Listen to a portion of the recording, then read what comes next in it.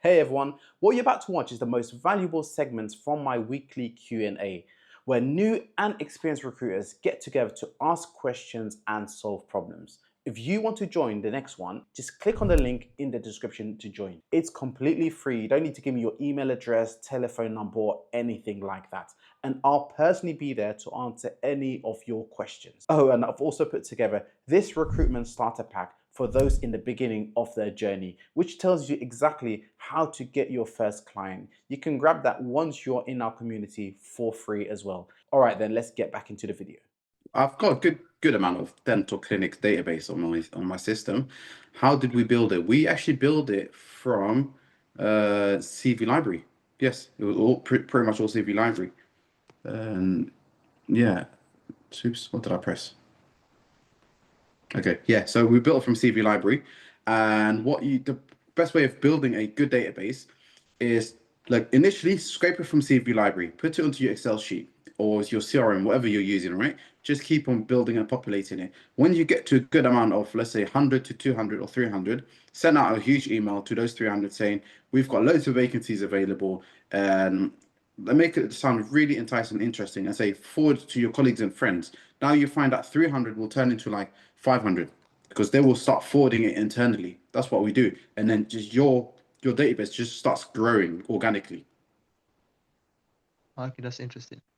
And what kind of roles would you target within a dental clinic for a beginner then? Yes, I would say target dental general practitioners, dental hygienists, dental therapists, and dental nurses. What about receptionists? You can also do dental receptionists and dental practice managers. So if you want to cover the entire practice, then yeah, that look at the structure of the practice. So what I find is, look, you can actually just leverage like ChatGPT, right? Just go to ChatGPT. Like, let's say you wanted to work in hotels. You wanted to start a hotel division. You got to look at and think of, visualize it. In a hotel, what type of staff do they have? You can either use ChatGPT. What do they use? They use like chefs, porters, receptionists, hotel managers, what's it called, Del boys, porters, all of that stuff, right? And then you put a list together of all the different categories in the hotels or all the different categories in the dental practice. It's just, this is generic for any field that anyone wants to do.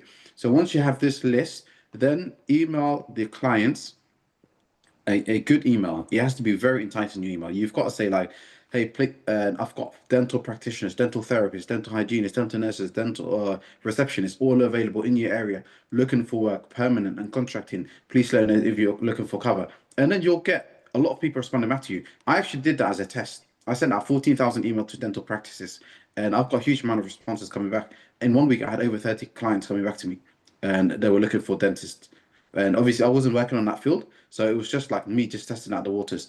So I didn't really do anything with it. But yeah, I've got the template. Are you in the Telegram group? Yeah, yeah. Okay, cool. Is Just it drop a message in the group, and I can yeah, share go that template with you because that might be good for you. is that different from the file you shared? Yes, this is specific for dental. I can just share like the ones that I've used before, and then you can Okay. just change it up to Okay. whatever you seem fit. Right, okay. So basically first thing to do is to basically download a lot of CVs of those candidates, and then you Yes. bulk email clients basically. Yes, download those CV, but you can do it side by side. It really depends on how big the team is. If you've got Yeah. someone else helping you, so you can focus on one side and someone else can focus on the other side. Or if you're doing this all yourself, then potentially splitting your day into doing parts candidates, parts clients, because you don't want to have is a imbalance where you just got like tons of clients, but you got zero candidates, or you don't want to have Yeah. like tons of candidates, you got no clients. So you're trying to have both of them going. Yeah, yeah, that makes sense. I had another question, but it just slipped my mind now. I remember Yeah, I'll ask it. cool. Anyone else wants to unmute themselves, ask any questions or guidance? We've Feel got free. A again. A's got another question. Hey. How do you filter out roles that have been posted by other recruiters on LinkedIn, Indeed, or other job posting sites? Yeah. So I'll answer that. Yeah. Literally, when you go onto Indeed, there is post. You can filter loads of things. You can filter based on industry. You can filter based on salary. you can filter based on when it was posted. But to answer that question, on Indeed, you can filter by posted by. It's called posted by. So when you click on it, it'll be posted by employer or agency. So if you want to get rid of all the agency adverts and if you've got employers, you can check. Not every website does this. Very important to let you know.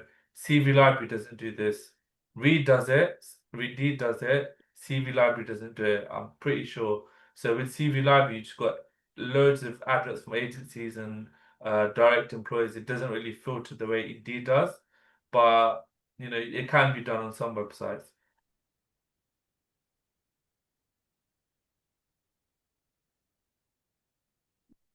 Ali, got your hand up again, or was that from previous? No, I've got it again. I remembered Yeah, my go for it. question. I wanted to ask, if you want to make money quickly, what would you suggest is the best kind of role to target? Is there like a specific role that you've got, let's say, a lot of candidates for or a lot of clients for within the dental clinics? I think Are you dentists talking are, within dental or outside dental? yeah, within dental, yeah. Okay, the most common what I found when I was doing dentistry emails, and the most common clients I was type of clinicians were being requested was a dental therapist and Okay. dental therapist, dental hygienist. They were like very common, and dental practitioners were common. You've just got to learn as you get along the how they work. So, for example, dental practitioners, dental therapists, and hygienists are self-employed. So you will charge them, and you will charge your client a one-off fee, and then they will be on their books and they'll be paid self-employed.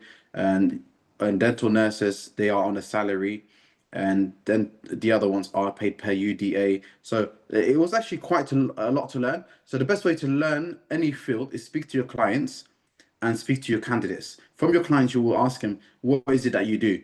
Even though you don't know what they do, you ask them, okay, what is it that you do? What is it that you don't do? Then they'll start listening out to you. So the more you speak to them, the more you start to understand, okay, this is what they do, this is what they don't do. So when it comes to selling your candidates, it'll be very easy because you already spoke to them, you know exactly what they do, what they don't do. And then same for clients as well. What is it that you're looking for? What is the requirement? What is a deal breaker? So once you understand your client requirement, it's very easy selling a vacancy to your candidate.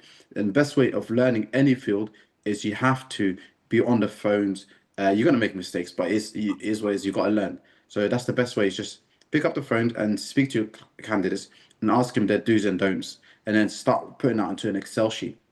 So yeah, we're coming back a lot to Excel because what I find is it's the best way to organize yourself. It's just once you visualize everything in front of you. Okay, this is what I spoke to so and so. He does this, this, and this. And then what we used to do was we have tabs at the top, so then we know all the questions to ask. So sometimes when you're on the phone, your mind can go blank. Does that make sense? So have all the Yeah. questions that you want to ask, and then just fill it out as you go along. Okay. Which ones did But you say were self-employed? Is it hygienists and therapists? Hygienists, therapists, and practitioners were self-employed, and nurses were generally employed on a salary, and also get paid per UDA. As you speak to candidates, you'll start to understand what that is. Okay. the thing about understanding the market is look online at what's been posted. Not to call that company to get the vacancy, but if you go online and there's 2,000 agencies posting for a dental nurse, but there's 10,000 agencies posting for a dental receptionist, that shows there's a lot of demand out there. So for that role, then you can start to think, do I want to get into that role for nurses, receptionists, because there's a lot of agencies out there. So it's just a good way of looking at the market. That's what I do when I want to move into a different area. Yeah.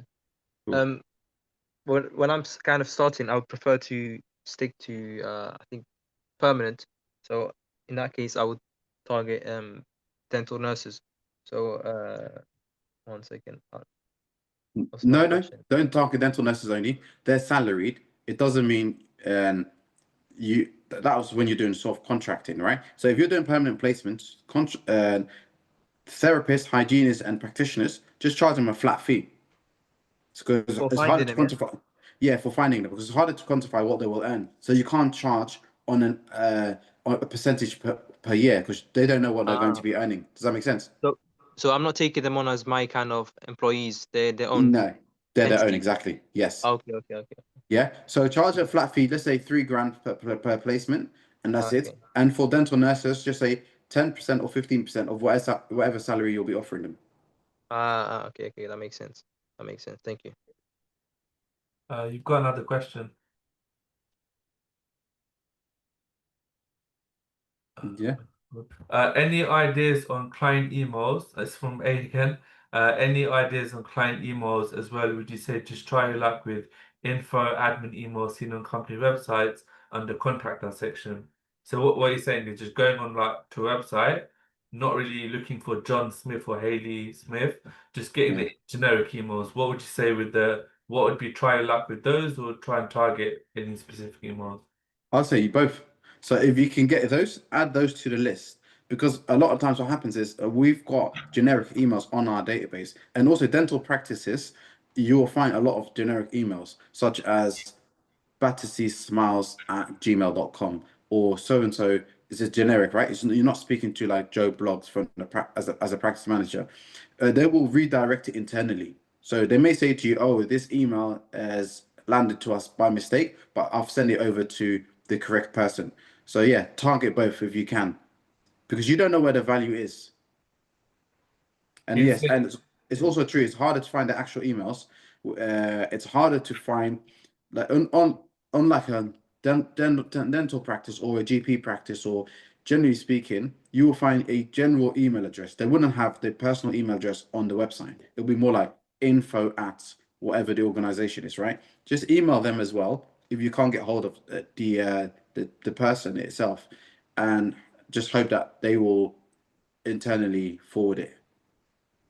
would you say, just to follow up on that, would you say, I know you like emailing, but would you say calling to get the direct email would help? Or do you, Yes, it would help, but it's just it'll be very time consuming yeah, to yeah, call call around for them. yeah. Clients, how to resource clients. Source, Clients is source, how to source. source the clients. Do you remember, was there a dental website? I'm sure there's some websites. If I find it, if you're on the Telegram group, I'll share in the Yeah. Telegram group. So do remind me. There was websites that you can use where this gives you a directive of all the dental practices in England, and just go on them one by one. And if you can't find a website, just go on to like ChatGPT or Google and just write look dental practices in England. And there is the websites where it just lists out every dental practice in England, and just go on them one by one. I know it's a bit time consuming, and then copy and paste the emails, put it onto an Excel sheet or CRM, whatever you're using, and that's how you will collate your client and email it or your dental client database. Got another question. Do you have a contract template by any chance? Yes. So if you're looking for a contract, I've actually shared temporary contracts and permanent contracts. Both of them have been looked over by solicitors as well as the ones that we use for our business. I've shared that on the Recruiter Starter Pack. So if you're in the Telegram group, search up and or type in the search bar Starter Pack, and you'll find the contracts that were shared on there. So it's the T's and C's basically. Yes, I was just to ask you, Ahmed, what are your next goals within business wise? What do you want to achieve within recruitment? Is there any target you're trying to hit? So On me personally. yes, you personally. Okay, that question caught me off guard. What are my personal business goals? Or, to be honest, recruitment is a good field. What I like about recruitment, it's you're you're not tied down globally anywhere. Like at the moment, I live in Egypt, and all I need is good internet connection, and I can work from anywhere in the world. So that's one of the main reasons I like recruitment. It's not one of the reasons I got into recruitment. I actually stumbled into recruitment. I didn't have a recruitment background, but I just found a job, and then I just became good at it, and then I just stuck with it, and I've been doing it now for 10 years. But my goals personally would be just to continue this going as long as I can, because eventually, you know, any sector that you're in, a legislation may change overnight where the sector is not going to be as booming as it was. Yeah, personally, just keep it going as long as I can, and then also get into like other fields as well. Just do other. One of the fields I'm going to be doing would be American recruitment, so US recruitment. So branching out to different parts of the world. Okay, I've done it. I've done it in the UK. I know how it works. It's putting clients and candidates together. Now looking at the US market. The US market is massive. So why not test that out and then see how that goes? So that probably would be the next venture. Would be doing US recruitment. Okay, that's good, mashallah. May Allah make it easy for you, inshallah. I mean, all of us. Cool. Let's round this up then. We've pretty much answered all the questions. I'm assuming everyone is in the Telegram group. So any other questions, we could just throw them in there and then we'll hopefully get back to everyone.